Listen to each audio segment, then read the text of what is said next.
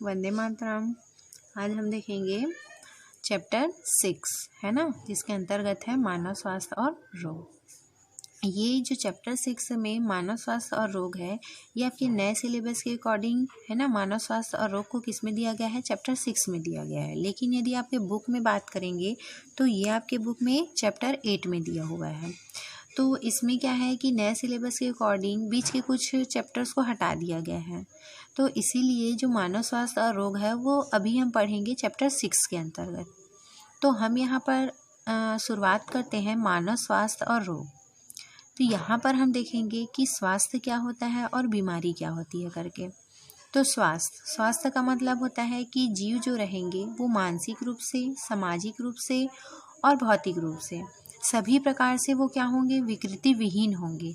मतलब उसमें किसी भी प्रकार का विकृति या अनियमितता नहीं पाई जाती है। जैसे कि हम जो अपने दैनिक जीवन में जो रोज़मर्रा का जो कार्य हम करते हैं, यदि डेली हम उसी रूटीन से उस कार्य को करेंगे तब हम क्या होते हैं? स्वस्थ होते हैं।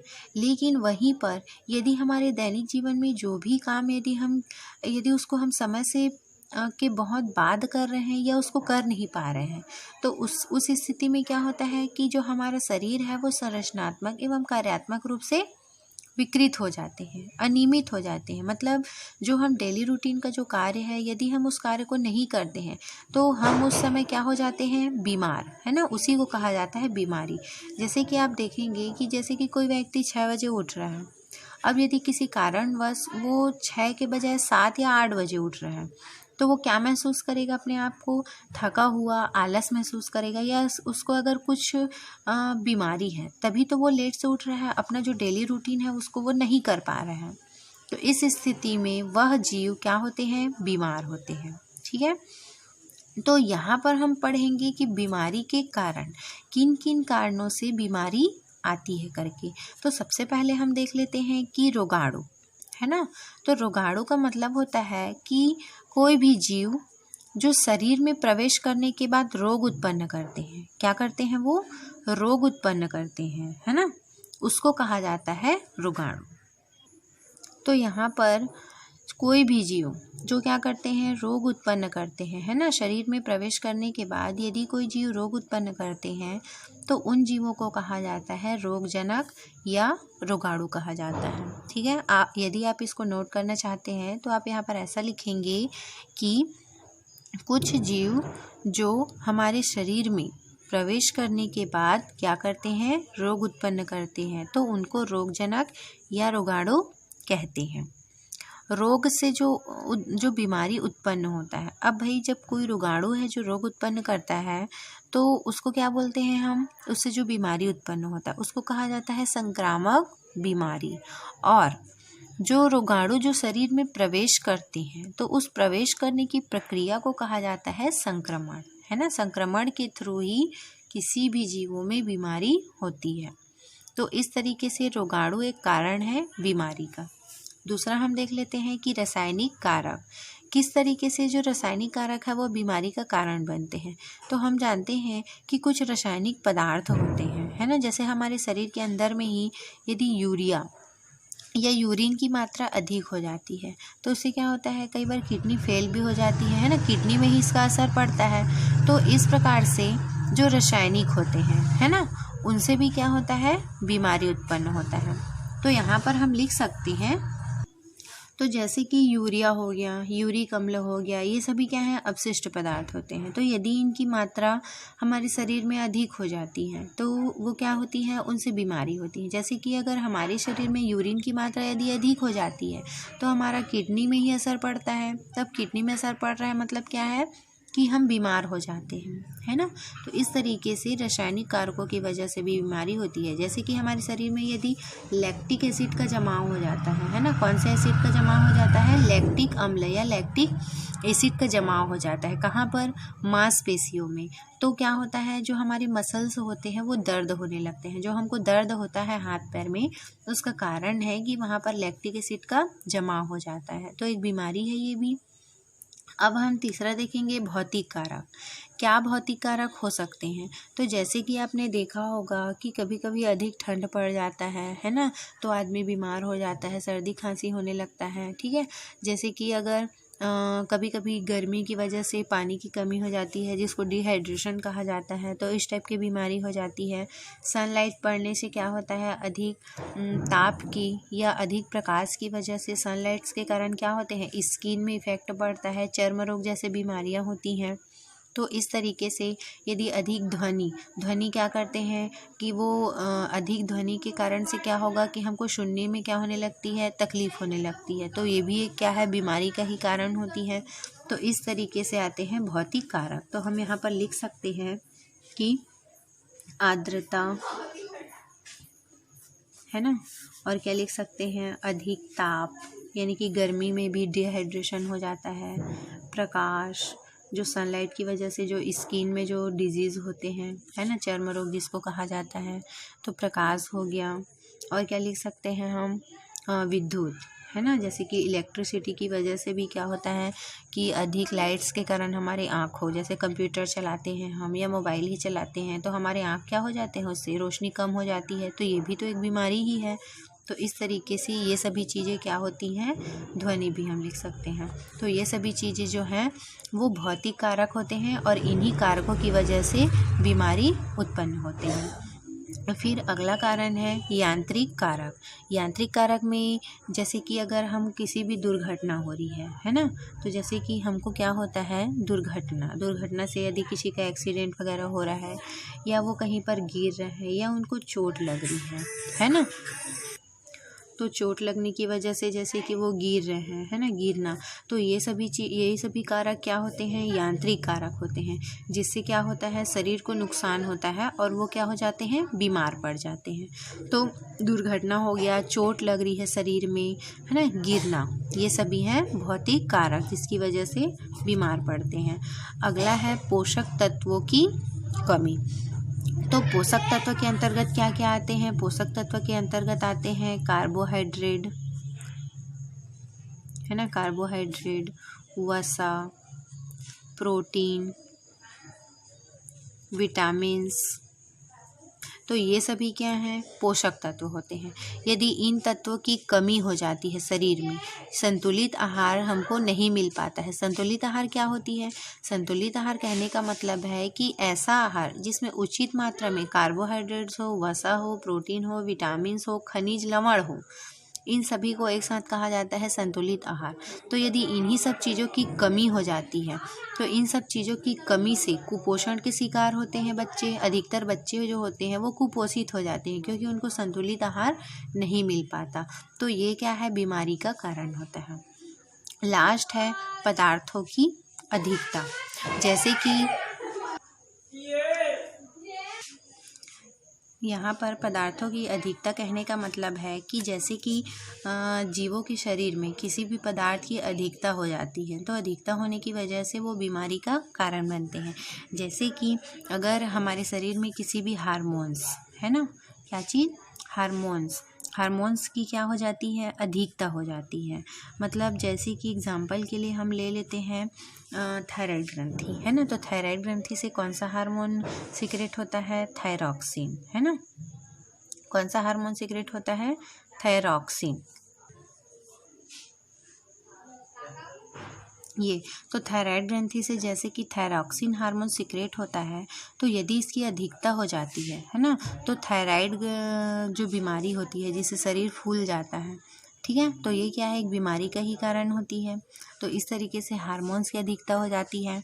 कभी कभी पोषक पदार्थों की भी अधिकता हो जाती है। जैसे कि फॉर एग्जांपल के लिए हम जैसे कि वसा ले रहे हैं, है ना, फैट, यदि वसा क्या है, एक पोषक पदार्थ ही होती है।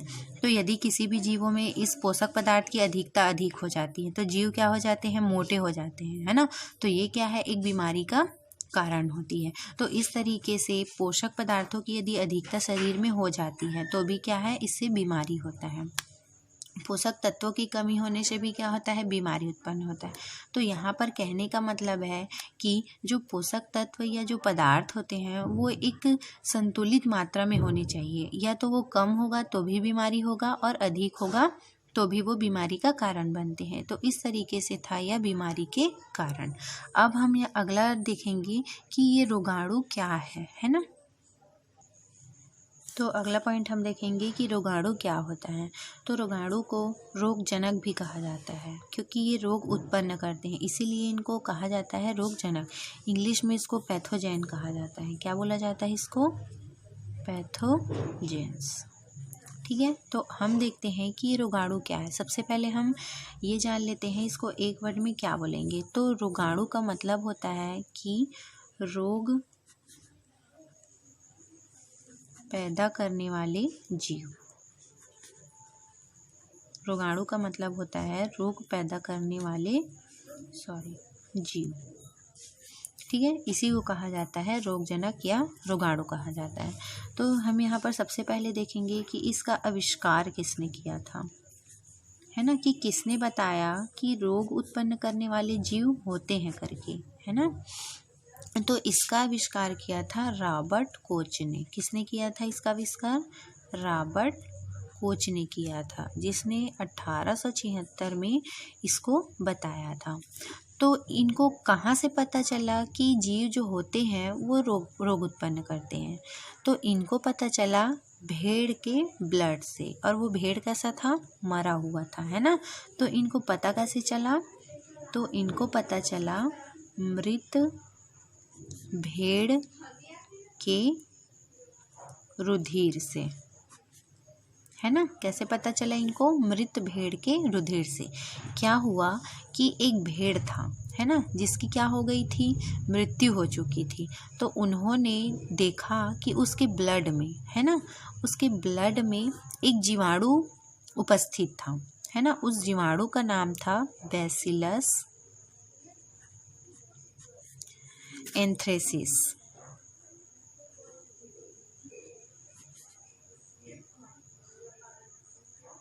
Bacillus anthracis. ठीक है, तो रॉबर्ट कोच को एक मृत भेड़ के ब्लड में जीवाणु दिखा, जिसका नाम था बैसिलस एंथ्रेसिस। ये क्या था? एक जीवाणु था। ठीक है, जो कहाँ मिला उनको? ब्लड में मिला था। तो जब उनको ये जीवाणु मिला, इस जीवाणु को क्या किया उन्होंने? दूसरे भेड़ पर स्थानांतरित कर दिया। दूसरे भेड़ पर स्थानांतरित, है ना। तो जब इस जीवाणु को उन्होंने दूसरे जो जीवित भेड़ था उस पर जब स्थानांतरित किया, तो वह भेड़ भी क्या हो गया? मर गया, है ना। भेड़ क्या हो गया? मर गया। जिससे ये प्रूफ हो गया कि ये जो जीवाणु है, जिसका नाम है बैसिलस एंथ्रेसिस, ये क्या कर रहा है? रोग उत्पन्न कर रहा है। और रोग उत्पन्न करने की वजह से ये भेड़ मरा हुआ था। तो ये सिद्ध हो गया कि जब इसको एक जीवित भेड़ पर डाला गया, इस जीवाणु को, तो वो भी भेड़ क्या हो गया? मर गया। जिससे ये प्रूफ हो गया कि कोई जीव होता है जो क्या करते हैं? रोग उत्पन्न करते हैं। तो इसी जीवों को नाम दे दिया उन्होंने रोगजनक या रोगाणु नाम दे दिया। ठीक है, तो अब हम रोगाणु के अंतर्गत एक वर्ड आता है जिसको कहा जाता है संक्रमण। तो ये संक्रमण क्या होता है ना। तो आप संक्रमण वर्ड से सब भली भांति परिचित होंगे कि संक्रमण होता क्या है। तो जो रोगाणु होते हैं उनका फैलना, है ना, रोगाणुओं का फैलना या किसी दूसरे जीवों में उनका स्थानांतरित होना, यही कहलाता है संक्रमण, है ना। क्या कहलाता है संक्रमण? रोगाणु या रोगाणुओं का फैलना, रोगाणुओं का फैलना, या एक और लिख सकते हैं कि जीवों में संचरित होना या संचरण होना, यही प्रक्रिया कहलाती है संक्रमण। ठीक है, संक्रमण क्या होता है? संक्रमण होता है रोगाणुओं का फैलना, एक जीव से दूसरे जीवों में जाना, यही प्रक्रिया कहलाती है संक्रमण। तो इस संक्रमण के स्रोत क्या क्या हो सकते हैं?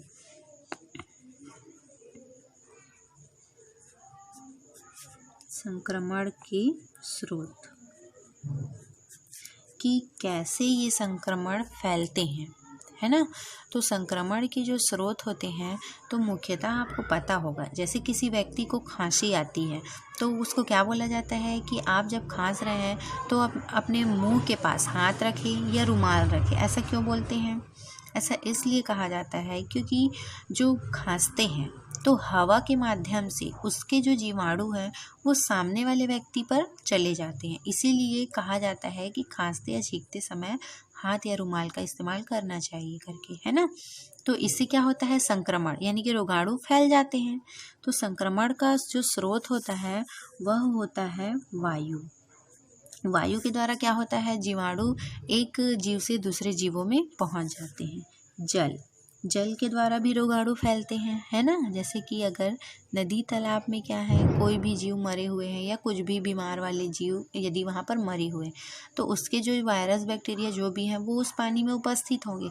अब यदि उसी में कोई दूसरा व्यक्ति नहा रहा है या उसका उपयोग कर रहा है तो जाहिर सी बात है कि वो वायरस या बैक्टीरिया उसके शरीर में जाएंगे। तो जल भी क्या है? एक संक्रमण में स्रोत का काम करते हैं, है ना। मृदा भी इसी तरह से काम करता है। मिट्टी, तो मिट्टी से हर जीव जो है वो संबंधित होता है, ठीक है। तो ये जो होते हैं वो मानवों में, है ना, स्रोत होते हैं किसका? संक्रमण का। वायु, जल, मृदा। तो यहाँ पर ये जो संक्रमण के स्रोत हैं इनको पहुँचाने के लिए क्या होता है? वाहक होते हैं, है ना। क्या होते हैं? वाहक होते हैं, क्योंकि बिना वाहक के कोई भी चीज़ एक व्यक्ति से दूसरे व्यक्ति में नहीं पहुंच पाता। इसीलिए ये केवल माध्यम का काम करते हैं। वायु, जल और मृदा क्या करते हैं? ये केवल माध्यम का काम करते हैं। और मेन जो संक्रमण को फैलाने वाले होते हैं वो क्या होते हैं? वाहक होते हैं, ठीक है। तो हम इसी वाहक को देखते हैं कि ये वाहक होता क्या है करके। तो सबसे पहला जो संक्रमण के स्रोत के अंतर्गत हम देखेंगे वाहक, है ना। वाहक कैसे संक्रमण के स्रोत होते हैं? तो ये जो वाहक होते हैं वो एक जीव ही होते हैं। क्या होते हैं? जीव होते हैं। ये जीव होते हैं, है ना। वाहक किसको कहा जाता है? वाहक जीव को कहा जाता है। ऐसा जीव जो एक व्यक्ति से रोग को दूसरे व्यक्ति में पहुंचाने का काम करते हैं उनको कहा जाता है वाहक। तो ये एक जीव होते हैं जो क्या करते हैं? संक्रमित व्यक्ति, है ना, क्या करते हैं? संक्रमित व्यक्ति से, जो भी व्यक्ति बीमार है या संक्रमित है तो उस व्यक्ति से रोगाणु को, जिस भी जीव के कारण वो व्यक्ति क्या है? बीमार है, उस रोगाणु को क्या करता है? वो स्वस्थ व्यक्ति में, जो व्यक्ति क्या है? स्वस्थ होते हैं, तो स्वस्थ व्यक्ति तक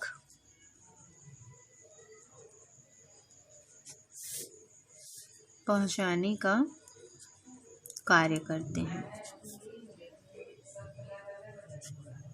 ठीक है। तो यहाँ पर आपको क्लियर है कि वाहक किसको कहा जाता है? तो वाहक एक जीव होते हैं जो क्या करते हैं? संक्रमित व्यक्ति से रोगाणुओं को, है ना। अब वो रोगाणु क्या है वो आपको पहले ही पता चल चुका है कि रोगाणु भी एक जीव होते हैं जो रोग उत्पन्न करते हैं।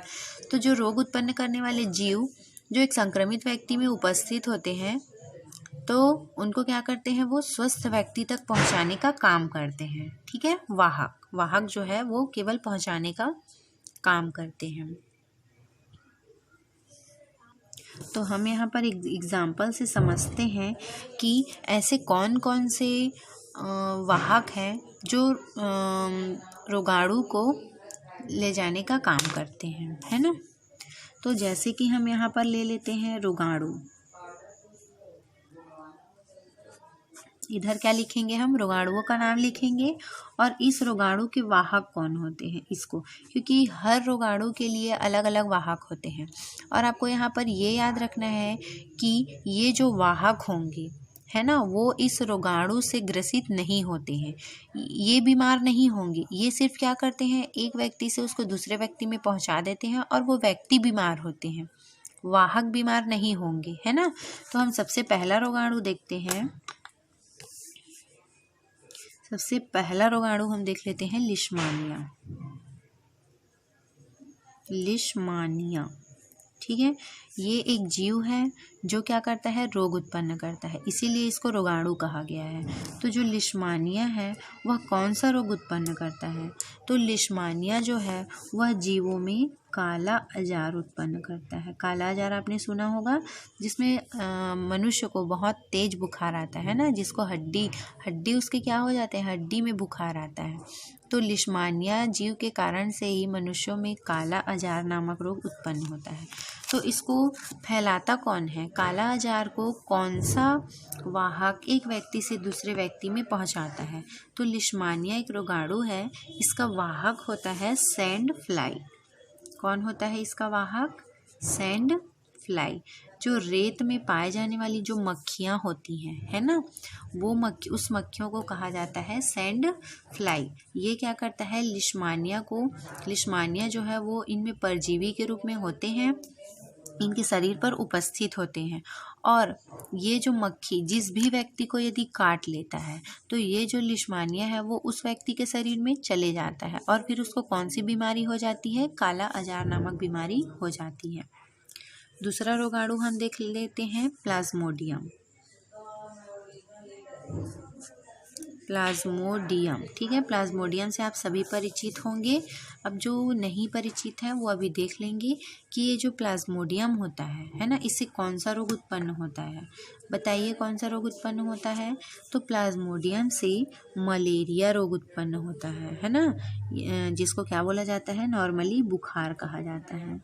तो मलेरिया जो रोग होता है वह किसकी वजह से होता है, प्लाज्मोडियम एक प्रोटोजोआ होता है ना, लिशमानिया भी एक प्रोटोजोआ ही है।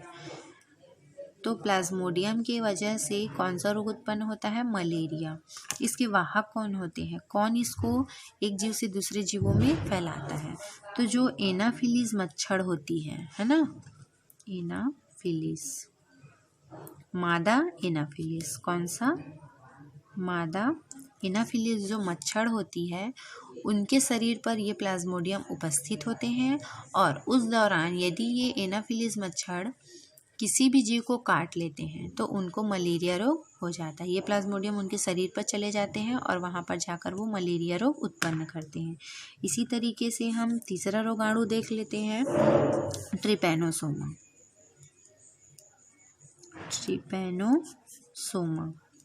ट्रिपैनोसोमा भी एक जीव ही है जो कि क्या है, रोग उत्पन्न करते हैं। तो ये कौन सा रोग उत्पन्न करते हैं, ये रोग उत्पन्न करते हैं निद्रा रोग। कौन सा रोग उत्पन्न करते हैं, ये निद्रा रोग उत्पन्न करते हैं ना, जिससे मनुष्य को बहुत अत्यधिक नींद आती है और कभी कभी नींद इतनी ज़्यादा हो जाती है कि वो उठ ही नहीं पाते हैं, है ना, उनकी मृत्यु हो जाती है। तो ये किन की वजह से होता है, ट्रिपैनोसोमा की वजह से होता है। ये इसका वाहक कौन होता है, कौन इसको जीवों में फैलाता है, तो जो सीसी फ्लाई होती है, कौन सी फ्लाई, सीसी फ्लाई, है ना, जिसको इंग्लिश में ऐसा लिखा जाता है, सीसी फ्लाई। ये भी क्या है, एक मक्खी ही होता है जिसके शरीर पर ट्रिपैनोसोमा उपस्थित होता है और यदि ये मक्खी किसी व्यक्ति को काटते हैं तो उसको निद्रा रोग हो जाता है। ये जो सीसी फ्लाई है वो अधिकतर अफ्रीका के जंगलों में ही पाया जाता है और उधरी के लोगों में इस टाइप का बीमारी देखने को मिलता है। अगला हम लिख लेंगे बुचेरिया, है ना, क्या लिख लेंगे हम, बुचेरिया।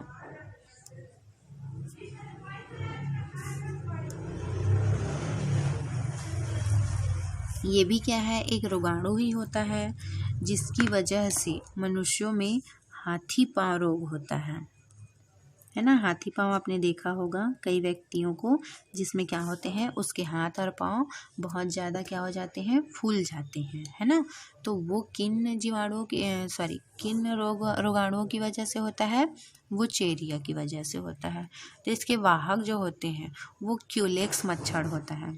कौन सा मच्छर होता है, क्यूलेक्स मच्छर, है ना, जो एकदम छोटे छोटे होते हैं वही इनके वाहक होते हैं। तो आपको ये कंफ्यूज नहीं होना है कि जो हाथी पांव होता है वो क्यूलेक्स मच्छर के काटने से होता है और जो मलेरिया होता है वो मादा एनाफिलीज मच्छर के काटने से होता है। ठीक है, तो आपको ये रोगाणुओं का नाम याद रखना है, इनसे कौन सी बीमारियां होती हैं उसको याद रखना है, और इन रोगाणुओं को पहुंचाने वाला जीव कौन सा होता है वो आपको इस नाम को याद रखना पड़ेगा। तो इस तरीके से रोगाणु होते हैं और इनके वाहक होते हैं। अब हम आगे का अगले वीडियो में देखेंगे। आज के लिए बस इतना ही था। धन्यवाद।